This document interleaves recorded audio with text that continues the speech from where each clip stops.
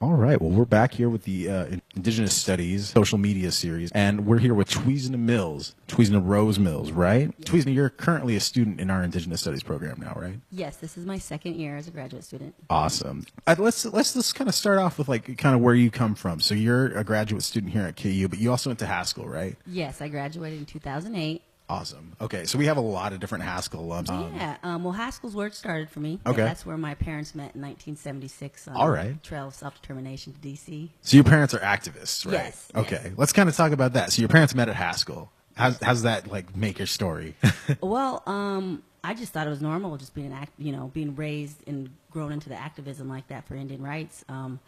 I grew up in Frank's Landing in Olympia, Washington. I was born on the Yakima Reservation, which Tweesna means woman of the river, and it's on the other side of the mountain Rainier there. That the mountain, that's a main life source for all us Indian people surrounding it. So, but no, my mom's I'm Eastern Shoshone enrolled. That's where my mom is from. Is from the Wind River Reservation, and my he's enrolled Umatilla, but we're Yakima as well. So Right. Grandma kind of switched tribes there, but a couple times. I don't know. But she's Umatilla now enrolled. But no, my parents met in 1976 on the Trail of Self-Determination. My mom didn't really want to go back home to Wyoming after she graduated, and Right. so she jumped on the trail to D.C. to protest, self-determination for Indian people, and Right. that's just where it started. And from there, they moved to Washington in Olympia on Frank's Landing, which is a few acres of land that was held by my great-grandpa, Willie Frank Sr. I'm sorry, William Frank Sr.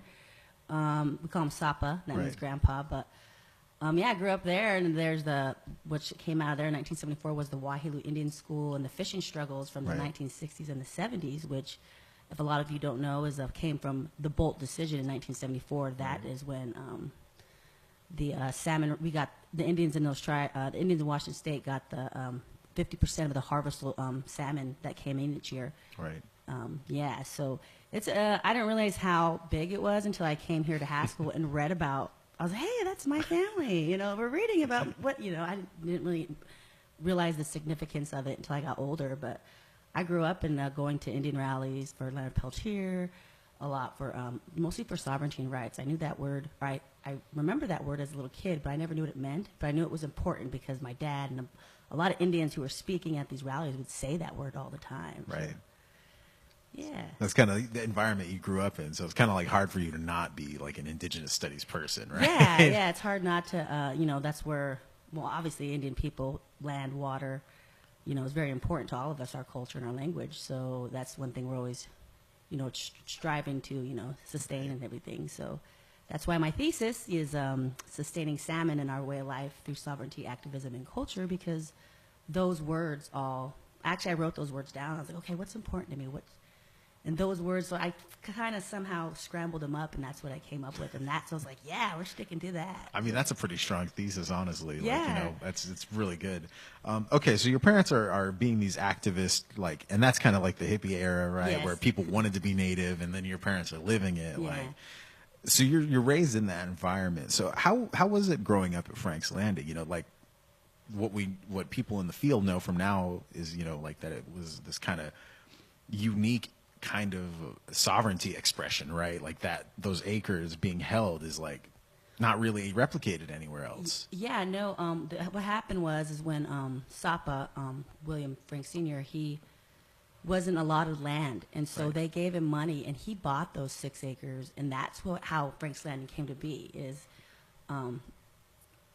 Was because he bought those acres, and it was off like about 10, 15 miles downriver from the Nisqually Indian Reservation. Right. So, but growing up there, I remember moving there when I was 4 or 5 years old. It was 1988, and we didn't really stay on Frank's Landing. We stayed across the river, and I thought we were camping for a couple months, even till Right. school started. So my first bus was a river boat, a metal boat, a fishing boat. My dad would use a long pole, and he'd push us across in the morning that was my school bus to the other side of the river, and we would walk to Wahilu Indian School, which was our family school. And it's funny because it was like, I thought this was normal. This is how Right. us Indians live, But then when it got colder, my dad, his little brother was Sid Mills, who married Suzette Bridges, who whose grandpa owned that land. That was her family's land. So that's how I came down there, was family, in-laws. So, yeah, so that was my first experience. I remember being kicked off the land by the wardens. Are they wildlife or? Yeah, I think so. They in those those light green trucks. I remember that. And I remember it was right after school. Every day after school, we loved to fish. We knew where every log was in the river. It was like home. Like, oh, let's go to this log in the middle of the river, because at a certain time you could stand up on there, which is just your legs getting wet, and fit and cast out into the middle of in the river. Well, I remember my dad getting mad at me and telling him, well, first that truck pulled up and I was like, oh, okay, another visitor, and I'm sitting there reeling it in. I swear I could have been a snag on a stick, but I swear I had a big one, and my dad started getting mad at me because he's like, get out of there, we gotta go, and I thought he was mad at me for fishing, but I remember he was arguing with that game warden, talking about we have a right to be here, but in reality it was Fort Lewis land. It was that land condemned on the other side of the river of Nisqually was considered Fort Lewis land. So technically we had to move across. So I remember my parents, I had to let go of the fish or whatever, the stick. And I ended up sitting there watching my parents take down our tent, the shelter that we made there, and bring all our stuff in like 2 or 3 loads in that fishing boat. And it was like I could see him, and that guy just sat there, the game warden sat there, and he like had a smile like of satisfaction and like gratification for, so you could still feel that tension of the fishing wars even after I was born in 1983. It was still going on. And so that was my first experience dealing with that or seeing that. But I mean, I grew up knowing that this was normal. Fighting for our rights. Indian people ain't going to do it for themselves, or no one's going to do it for us, is what I was told. So we got to do it for ourselves. And Frank's Landing became a bunch of people, Indian people coming together for that specific reason. And so my family formed the Survival of American Indians, which was an AIM chapter, which was the main focus was to fight for our treaty rights, the right to fish, the right to hunt in our custom places that, we gave up this land. But we didn't give up our rights, and that's what was the big deal, was for the fishing struggles. And that's always kind of been like the fishing war, kind of the struggle, right? It's always been kind of, these are historically our areas, but now you're coming in and saying. So I'm kind of shocked because I always knew that like the fishing wars were kind of like still happening in the 70s, but like, man, I didn't know like even by the time you were born, like that they were still happening. Like that's the discrimination of right. Well, I'm sure, like those decisions, like that Bolt decision was huge for Washington. Like that is, I don't think a lot of people know how much like land resource battles, people go through. Like the fishing wars that were happening like in the Great Lakes, like those are in the Midwest, people know about those. Yeah. But like the same thing was happening in Washington, and like kind of on a bigger scale too, because like salmon is your guys' life, right? Yeah. So you grew up on the river like that, how... Like I know you go out and you do your things on the river still, like you still do the canoe journey and you do all that. Like, so can you like tell our listeners how important, just like how seriously important the river is for you guys? Oh yeah. Like, well, we consider it like our lifeline, our veins to Mother Earth. All water is important, but the water from Tacoma or Mount Rainier, we call it. There's a couple names for it, but it's Tacoma, which I say in our prayer.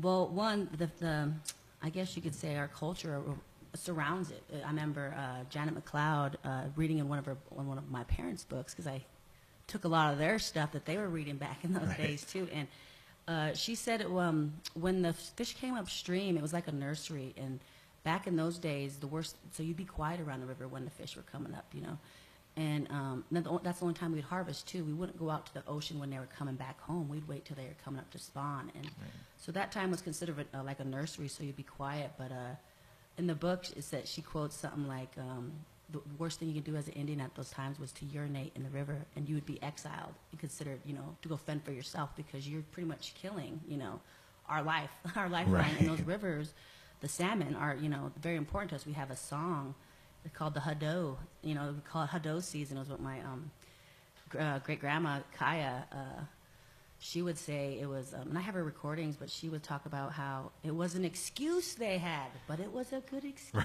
But it was the Hado season is when every 4 years the humpback salmon come in come back to spawn, and I believe they're the only ones who actually come back and don't die after they spawn. Right. So every 4 years they come back, and it was at that time back in those days the tribes would say, okay, you have 1 week to go off and be with another person of your choice, like a infatuation, or your girlfriend on the side, or your girlfriend on the side. I'm sorry. You're fine. And so the men and women would go and be with the ones they couldn't have, Right. So that was a time to cure insecurities, to be jealousies and stuff like that. So we lived, had a social life according to those salmon as well. Right. And I don't think anyone practices that no more, but that was a way of how, us Indian people stayed connected to the land and, lived according to the land. Like, I know when the trees molt, Grandma would say, it's time for you guys to get out on that river. The fish are coming up. We could tell by the trees and the molting, or those little white fuzzy things in the air. Those were time to get out there on the river. And even my name, I didn't realize how important my name was in Woman of the River. Coming from the Yakama Nation, it's a strong name. So to me, it's like going into wanting to create my docuseries based on my thesis. Right.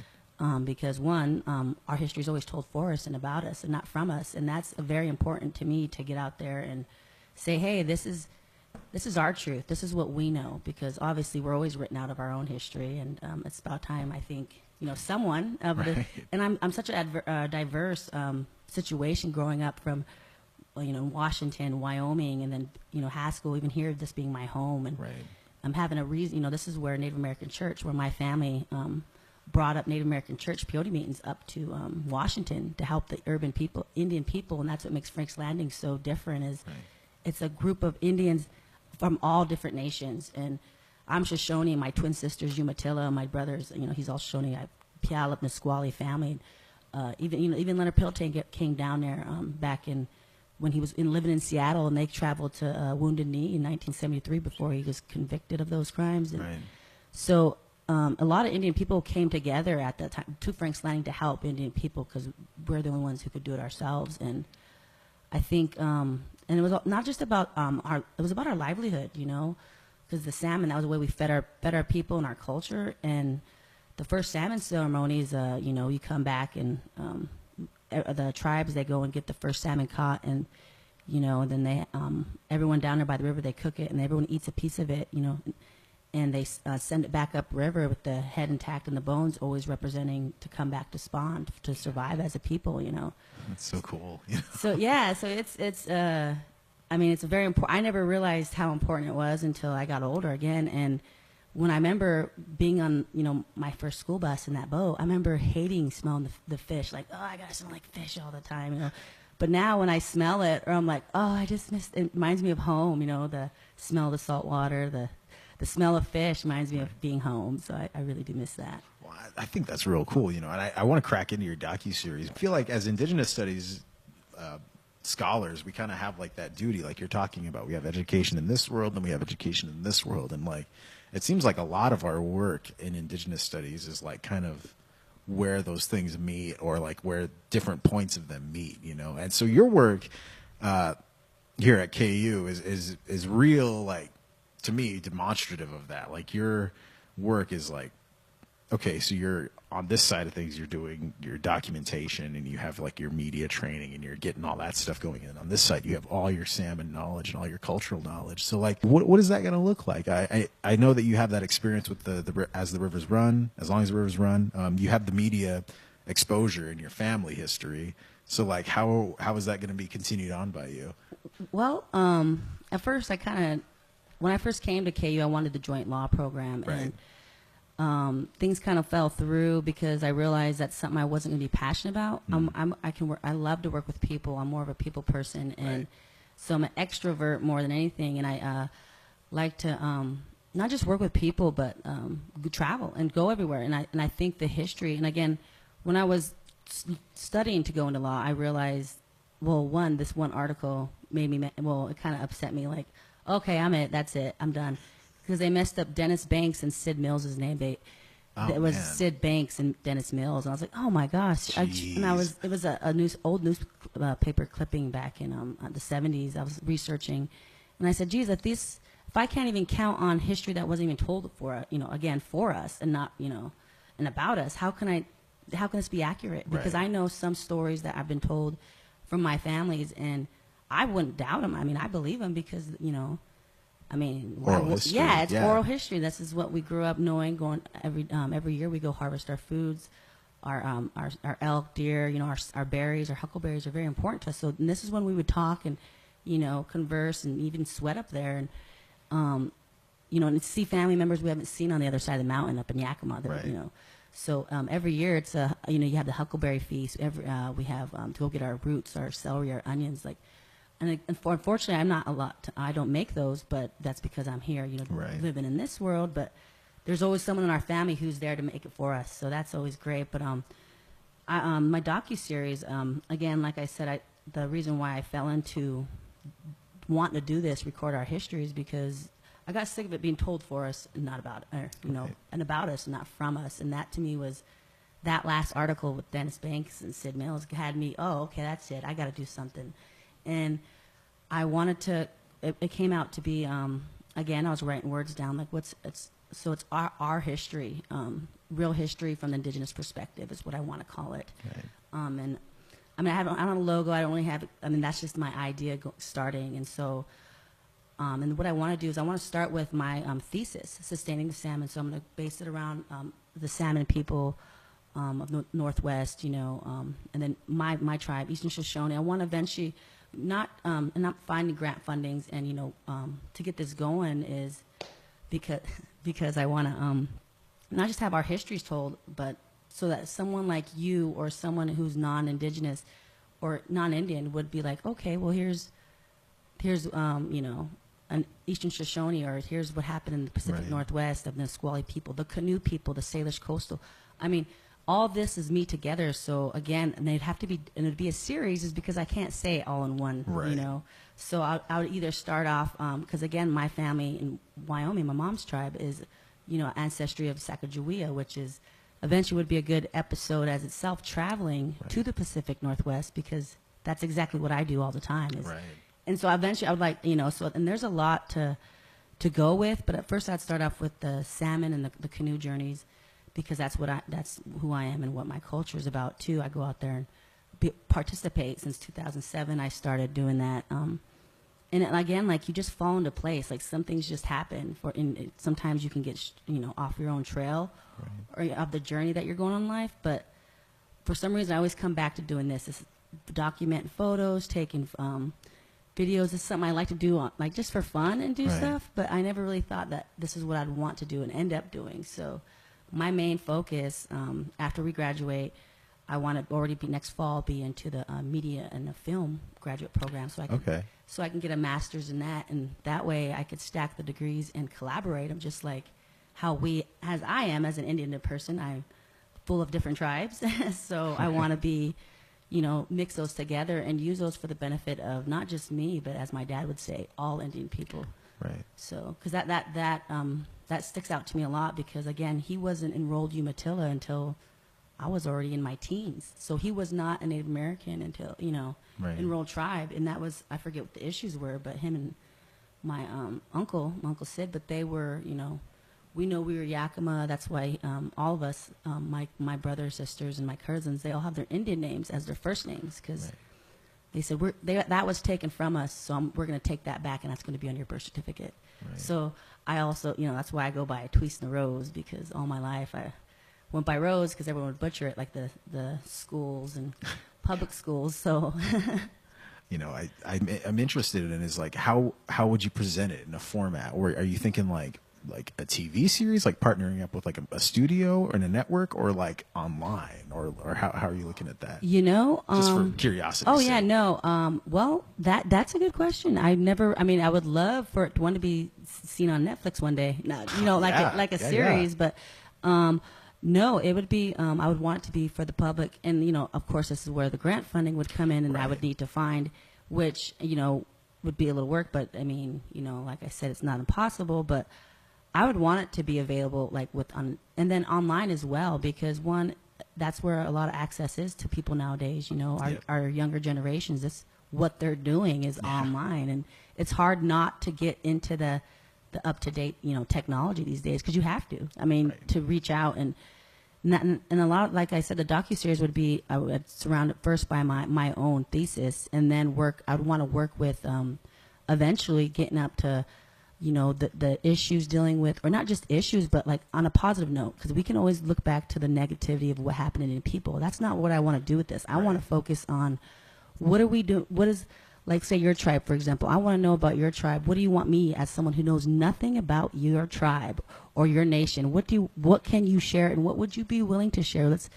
I would want to go to the people, Right. and have like a general quorum and ask people, because I don't want, of course, personal stories, but how conflicts can arise from personal dramas in Indian country, and that's not what it's about. It's about getting the history, our real history out there, not personal vendettas or anything, or conflicts, but more of the positive of the tribe, and what's the story? I mean, let's focus on, what do you want to tell me? What do you want to share with us? Or what do you want people to know about your tribe, or about what's going on?